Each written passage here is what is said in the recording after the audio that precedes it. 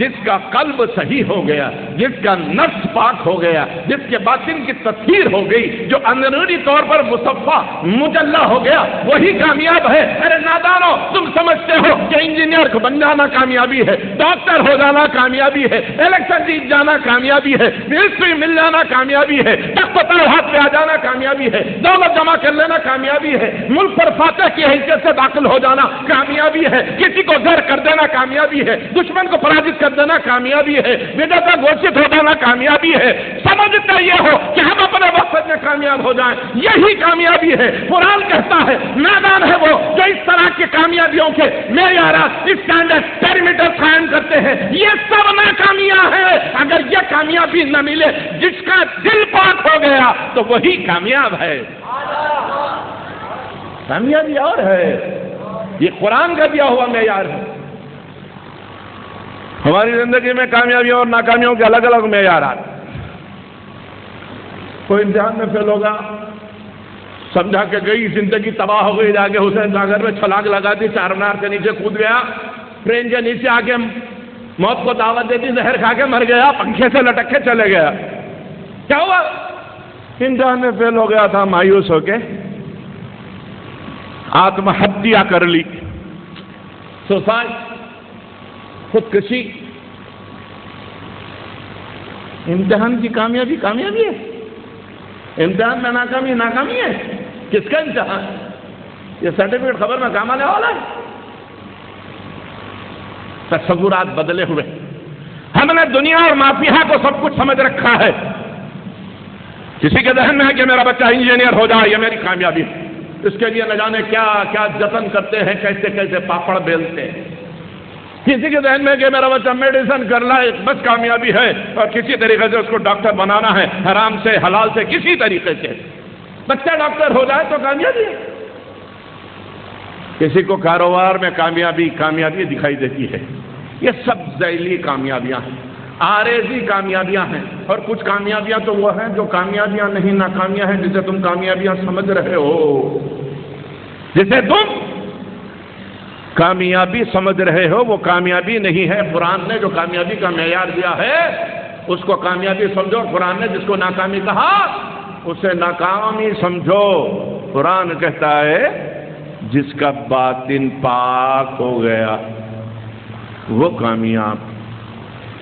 اب کچھ ایسے ہم کو دکھائی دیتے ہیں کہ جنہوں نے تزکیہ نفس کے لیے بڑے جتن کیے، ایسی نوبت بھی آ گئی کہ کئی کئی دن کے فاقے، جسم پر لباس بھی صحیح نہیں ہے، گھر میں بڑی تنگی سے کٹ رہی ہے، حالت اتنی غیر ہے کہ الجو کے اندر سے پکار، نفس چلا رہا ہے میں بھوکا ہوں، میں بھوکا ہوں، میں بھوکا ہوں، الاتش، پیاس پیاس پیاس، پانی کو ترس رہا ہوں، اندر سے یہ آواز آ رہی ہے۔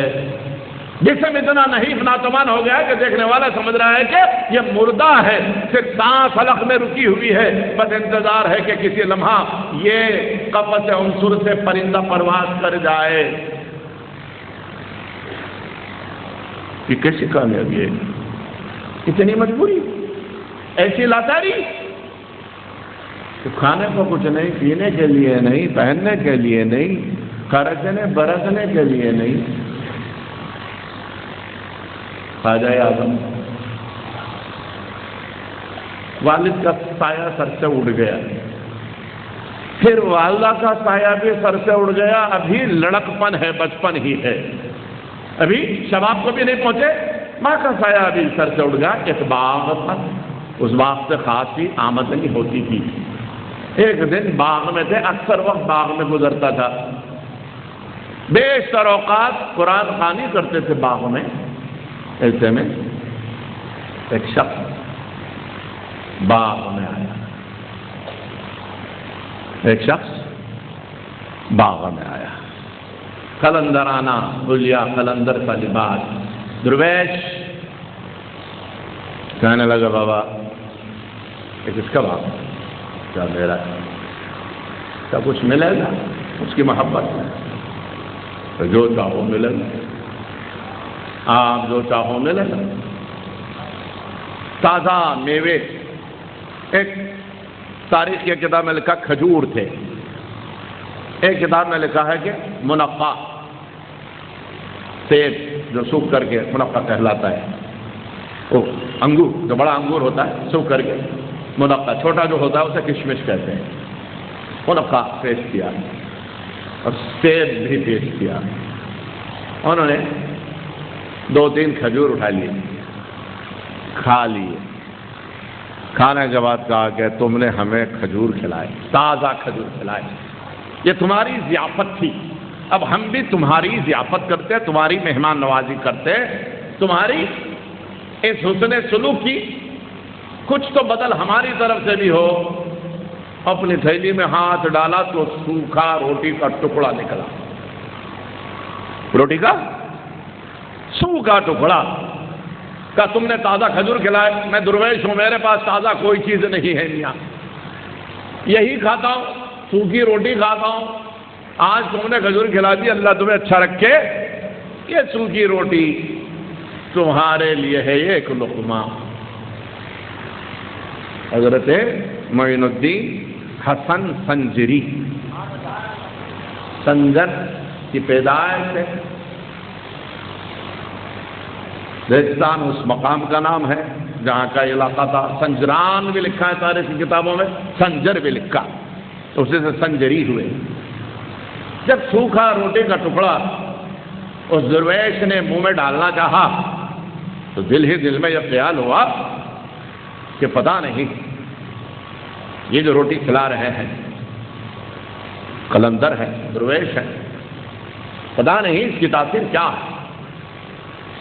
منہ میں جیسے ہی وہ سوکھا روٹی کا ٹکڑا آیا، آپ کو ایسے لگا جیسے کوئی گرم لقمہ ہو،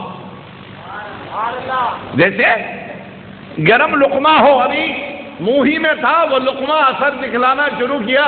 جب حلق سے اترا تو حضرت خواجہ غریب نواز نے اپنی سوانح میں خود لکھا ہے کہ جیسے ہی وہ لقمہ روٹی کا ٹکڑا سوکھا ٹکڑا حلق سے نیچے اترا، مجھے ایسے محسوس ہونے لگا کہ میں روٹی کا ٹکڑا نہیں کھا رہا ہوں، نور کی شعاع ہے جو اندر اتر رہی ہے۔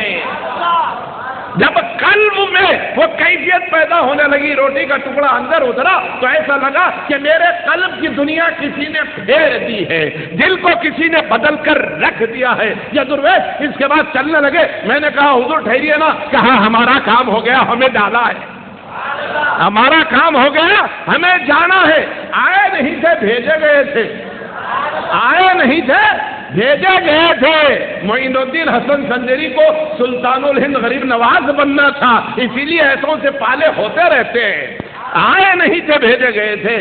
اس کے بعد غریب نواز کی دل کی دنیا ایسے بدلی کہ جو باغ تھا اس باغ کو آپ نے بیچ دیا۔ یہاں آپ ذرا سوچیں، والدہ نہیں ہے، والد نہیں، روزگار کا ایک ہی راستہ ہے، اس کو بھی بیچ دیا۔ آج کے دور میں ہم سوچتے ہیں کہ بھائی یہ بیچ دیں، اتنی ساری رقم آ جائے، کچھ ریئل اسٹیٹ کا کاروبار کر لیں گے، کچھ یہ کر لیں گے، کچھ وہ کر لیں گے۔ ہمارے اپنے انداز میں سوچنے کی، غریب نواز کو جتنی رقم ملی اس باغ کے خیرات سے کچھ رکھ لیا، باقی سب خیرات کر دی، باقی سب خیرات کر دی، جتنی رقم ملی تھی اس باغ سے سب کی سب خیرات کر دی،